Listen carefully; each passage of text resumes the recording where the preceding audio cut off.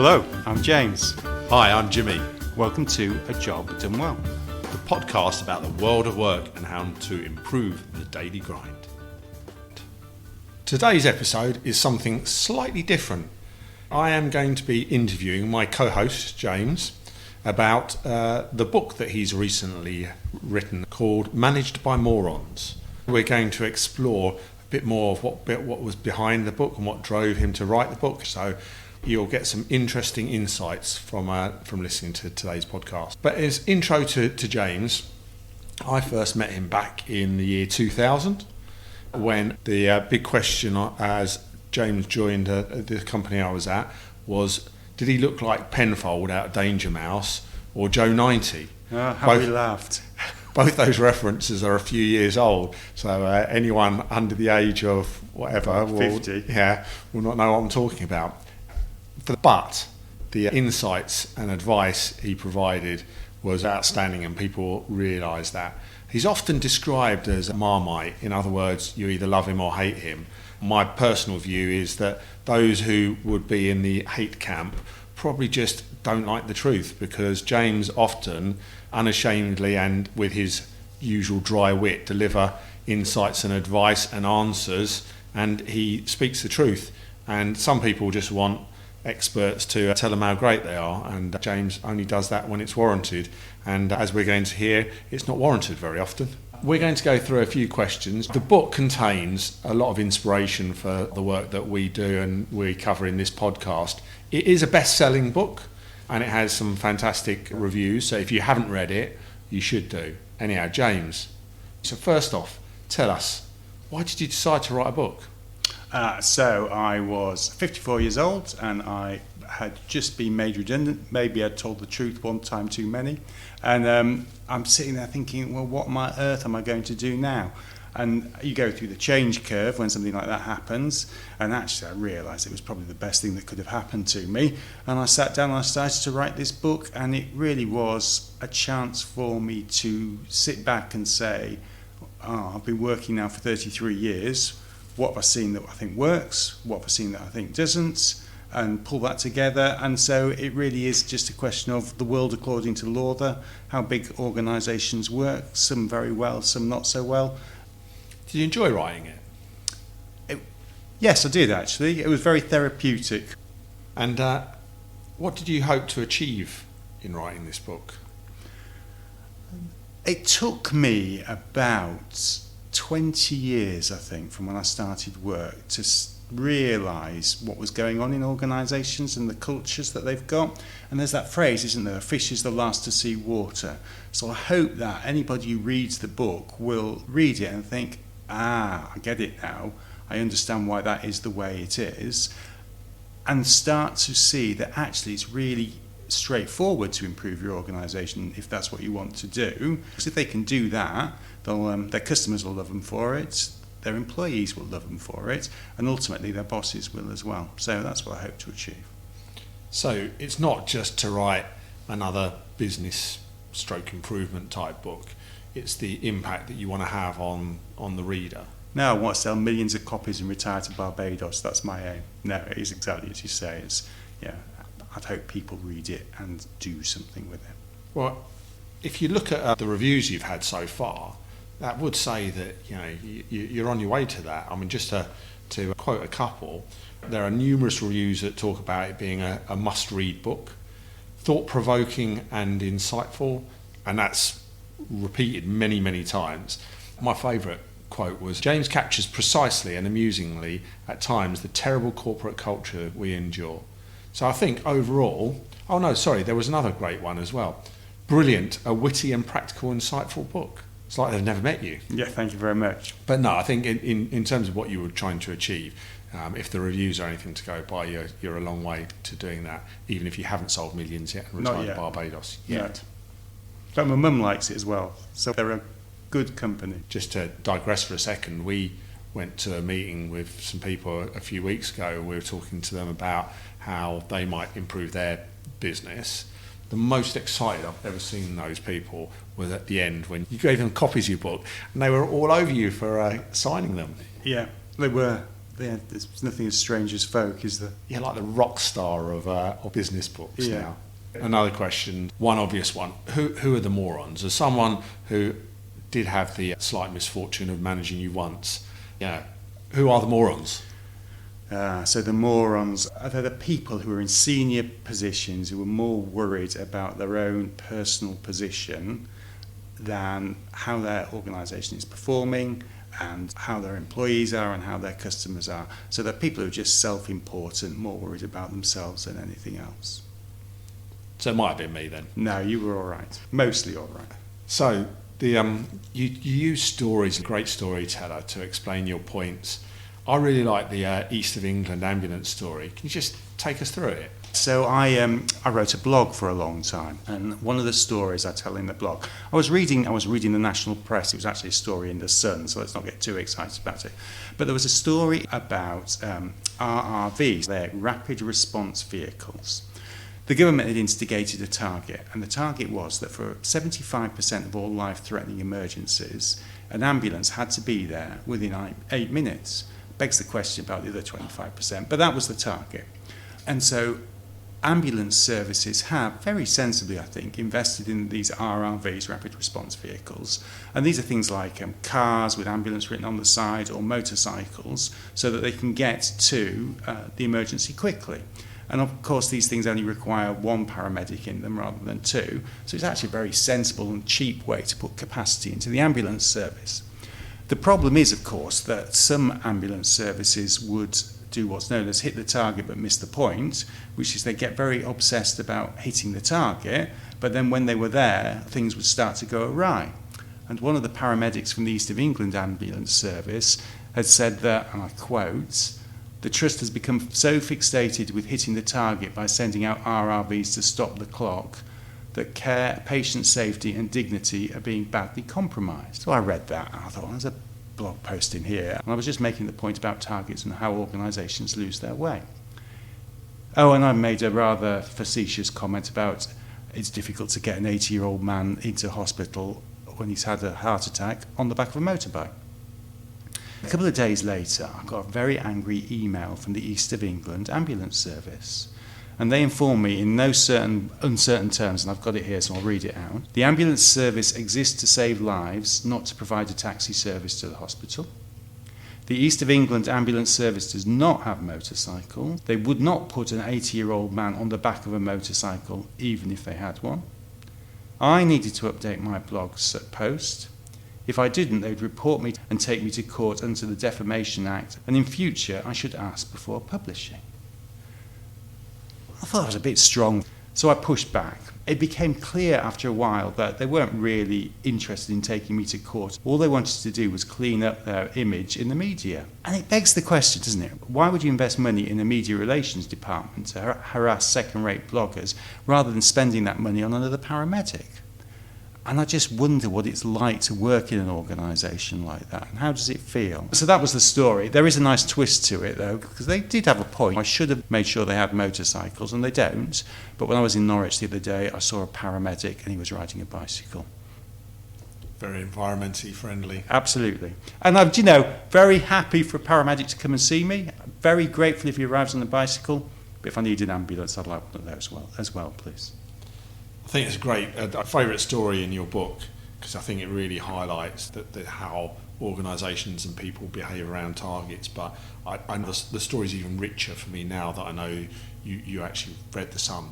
Oh, yeah. Well, that's where your analysis came from. Absolutely. It was a high-quality analysis. And on my Marmite point earlier, I think the East of England ambulance service, clearly we know which side of that line they sit. Yeah, I think so. Anyhow, on to other points. If there was one thing that you would recommend a business does to thrive, which you talk about in your book, what would be that one thing that you would pick out? I think the most important thing an organisation can do is get really clear about its purpose and what it is trying to achieve. Because all of the business's processes, systems, rewards, mechanisms, everything should line up behind achieving that purpose. And if an organisation isn't clear about its purpose, then it'll get itself in the right pickle. So an example of an organisation that I think has a really great purpose is Netflix. So Netflix, if you go online, you can search and they'll have their purpose statement says, our aim is to entertain you no matter what your tastes, no matter where you live. And that's great because you can really, A, your employees can really get behind that, but B, you can start to measure it and you can start to see if you're achieving it. So when we say entertain, what do we mean by entertain? How do we know you're entertaining people? And the whole thing about wherever you live, well, where's your coverage as well? So there you've got something that you can tell whether you're getting better or worse, employees will get excited about, and it really is focused at your external consumer or customer. Other organisations, though, aren't as clear at all. I did used to work for Mars, so I'm probably a bit partisan on this one. So Hershey's, their mission statement is to have marketplace leadership. Everybody wants marketplace leadership. How does that set you apart? And also, if you want marketplace leadership, there are a number of ways in which you can do that. Now, I'm not suggesting that Hershey are doing this, but you can get into all sorts of monopolistic positions. You can do all sorts of fraudulent behaviour. All of those things will help you achieve marketplace leadership. Whereas really, I think for Hershey's, they need to be providing the best tasting chocolate, because if they provide the best chocolate, then their consumers will love them for it, and then they will get marketplace leadership. So it's that whole thing about what is your purpose, is it customer focused, and can people get behind it? And what's the one thing that you think organisations should stop doing?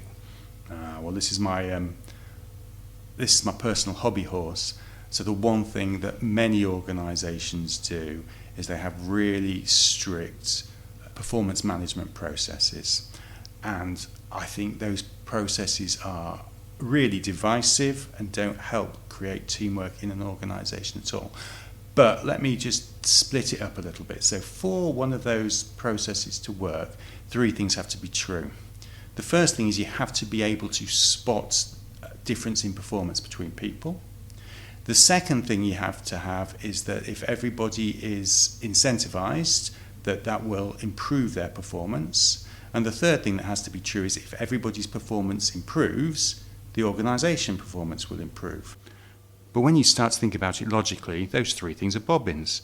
So I've gone from being Mr. Golden Balls to Billy No Mates in the space of a week. And my performance didn't change at all. The thing that really changed was my boss changed. So is that measuring performance, or is that just measuring how well you get on with your boss? The second thing is the whole thing about incentives. Well, if you ever tried incentivising your teenage daughter or son to tidy their bedroom, you'll know how well that goes. So they really don't work at all. And then finally, the whole idea of improving the individual bits. How often have you worked with somebody who's improved his look bit so he looks absolutely fantastic, and to hell with everybody else? So those 3 things don't hold true. Not sure about don't work, but the trouble with incentives is you get exactly what you incentivise, nothing more, nothing less. And in your example, as soon as you stop incentivising them to clean their room, they will stop cleaning their room. Yeah, and then it looks like there's been an explosion in there. What was the most difficult part of writing a book? Because I'd imagine for you, being a bit of an introvert and liking to tell people what to do, writing a book, I don't know why you didn't think about it earlier. The writing the book is easy. It's persuading people to read it is the difficult bit. Yeah. Well, that seems to be going all right so far. So far, so good. Will you write another? When I was writing it, I asked both you, Jimmy, and my wife to shoot me if I ever decided to write another one. And I've started writing another one. Yeah, and at the risk of answering the question for you, you do have a huge number of insight stories, anecdotes, advice. That wasn't ever going to be the problem for you. It was all the faffing around afterwards to edit it and get it all in good shape that caused you problem. But you'll be pleased to know I have been on the dark web and I am ready for your attempts at a second book. Thank you very much. As I said, you have got loads of stories. I picked out the East of England one, which is now doubly my A-starred story now I discovered your source material was The Sun. But what was your favourite story from the book? I'm not sure it's my favourite story because it's quite horrific, but it's maybe the ultimate example of a dysfunctional organisation. So in the late 1950s, Chairman Mao set about reforming China, And he had this thing which was known as China's Great Leap Forward. They put in place loads of massive changes to agricultural and industrial policy because Chairman Mao wanted to overtake the UK and America as the world's biggest nation. And they did all sorts of things, but just 3 of them, to give you a sense of it, was they enforced close planting of rice seeds in paddy fields because they thought that close planting would give higher yield. Another thing they did was they urged people to eliminate the 4 pests, and the 4 pests were mosquitoes and rats, flies and sparrows. And the third thing they did was they set up backyard steel furnaces, so each small commune had its own steel furnace where they would create and produce their own iron. The problem was these initiatives didn't work at all. They took people's time away from the field because it was effectively an agricultural economy. All the backyard steel furnaces did was hoover up scrap, which was knives, pots and pans, and produce low quality pig iron. And they spent hours banging pots and pans to scare birds and smashing eggs in nests and things like that. And the close planting, it didn't increase yields at all. It reduced them because the rice plants competed with each other. 1958 should have been a bumper year for the harvest, but much of it rotted in the fields because the peasants were too busy doing all the other things that Chairman Mao wanted. And to make the problem worse, there was a plague of locusts that year because everybody had skirted off the birds who were their predators, so the locusts came and ate a lot of the crop as well. So it was an absolutely disastrous harvest. But then what happened was all the local bureaucrats swooped in to seize the supposed surplus of grain which had been generated by Mao's policies, and there was widespread famine. It's estimated that 22 million people died. But the politicians and civil servants, they didn't want to admit they had a problem, so they did a whole host of hideous things. Doctors, for example, were forbidden from using the word starvation on death certificates, and gangs of Mao's political supporters harassed or killed anybody who dared to speak out. It's estimated that 22 million people died. But despite all of this, China was a net grain exporter. It's a rather extreme example, but you can see the same patterns in lots of organisations. You get bullying, cheating, and people aren't prepared to face into issues and problems. And perception becomes more important than performance, and managers become more interested in themselves than their employees or their customers. So when you ask me, who are the morons, well, there's a really good example. Now, it's a fairly long story, but the things that you see in that story are things that I've experienced at work. So people won't speak truth to power because they're scared of people, their bosses. People won't admit they've got a problem. People set stupid targets and then do everything to hit them. And then you get some really hideously dysfunctional situations. And those are the morons. That's what causes bad performance. Probably shouldn't have asked you what your favourite story was, though. That's more of a horror story. We're going to go now into a quick fire round. So you haven't got a lot of time to think about this, James. I know you like to study things for a while, but just give me the first answer off the top of your head. What was the best bit of advice you were given? When you're in a meeting, think to yourself, wait. And wait stands for, why am I talking? Yeah. It's mainly because I'm talking rubbish most of the time. But actually, I know what I think, but you don't know what other people think. So it's better to shut up and listen and hear what other people think rather than repeat what you already know to be true. First job. Did you get free Mars bars? You did get free Mars bars. And it was really interesting. Most people, you have 1 or 2 Mars bars a day, that's your limit. But some people just couldn't stop and they ballooned. But there you go. A friend of mine worked for McVitie's, and he told me a story that Bourbon biscuits were made from all the scrapings off the floor of all the other biscuits. Put me off Bourbon biscuits. They were my favourites. Didn't your experience at Mars put you off any of their products? No, they were all very good. I would thoroughly recommend them. How long ago did you work for Mars? I worked for Mars 20 years ago. Geez, you could break you and you've still got Mars running through you. Right the way through. What was your worst job? My worst job, or the worst company, I can't tell. Worst job. My worst job was measuring or weighing frozen peas in a cold store at minus 32 degrees C for an 8-hour shift. And, well, sorry, I was going to ask you next, your best company, but that's Mars. And your worst company, not Mars. Yeah, I can't tell you that. Why can't you tell me that? Because I've signed a piece of paper which says I'll never talk about them again. Fair enough. On that point, we'll move on. What was your favourite book? My favourite book? My favourite business book or my favourite fictional book? Favourite business book? I talked about it earlier on, Drive by Dan Pink. If you haven't read it, you should. And if you can't read, you should Google it because he does a super 15-minute video. Favourite fiction book then? I will go for, I'm a big fan of crime fiction, so one of two. Either there's a French author called Pierre Lemaitre who's written a book called Alex, which is really, really clever but brutal. Or if you're not into brutal, there is a book called The Seeker by S.G. MacLean, who was actually, I'm led to believe, Alistair MacLean's niece, but it's about one of Oliver Cromwell's enforcers during the interregnum, so a bit of historical crime fiction for you. Favourite food? Favourite food, curry. Favourite film? Favourite film, The Sound of Music. That's a lie. I was going to say that can't be right. I think it's called Wise Guys or Goodfellas. No, Goodfellas is Wise Guys. I'm going with Wise Guys. Okay. That concludes the quickfire round. Just a couple of final questions just to wrap things up. Can you just tell us what was your writing process? How did you go about writing your book? I'm going back on Wise Guys, the latest Mission Impossible movie. If you haven't seen it, you've got to watch it. What was my writing process?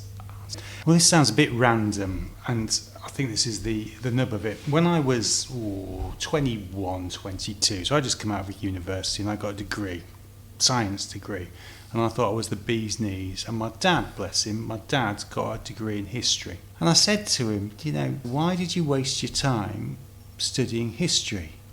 And he looked at me the way only a father can look at his son, and that's a withering look, and he said, because people behave the way people behave. And for the past 33 years, I have seen the same patterns over and over again in different organisations. So what I did was I looked at all the different dysfunctional patterns, all the things that go wrong in organisations. And I enjoy reading a lot, so I looked through all the stories and things that I've heard, and I just matched the patterns up to the stories. And really, that's what I did. I hung it around a book that I'd read, a very interesting book about Formula One, where they talk about focus and they talk about learning and culture. But it really was, these are the things I've seen that really don't work. How can I tell these stories without dobbing myself or my previous employers in it? And that's the way I went about it. Thanks, James. And how can people find out more about what you and I do? Very simple. Listen to the podcast.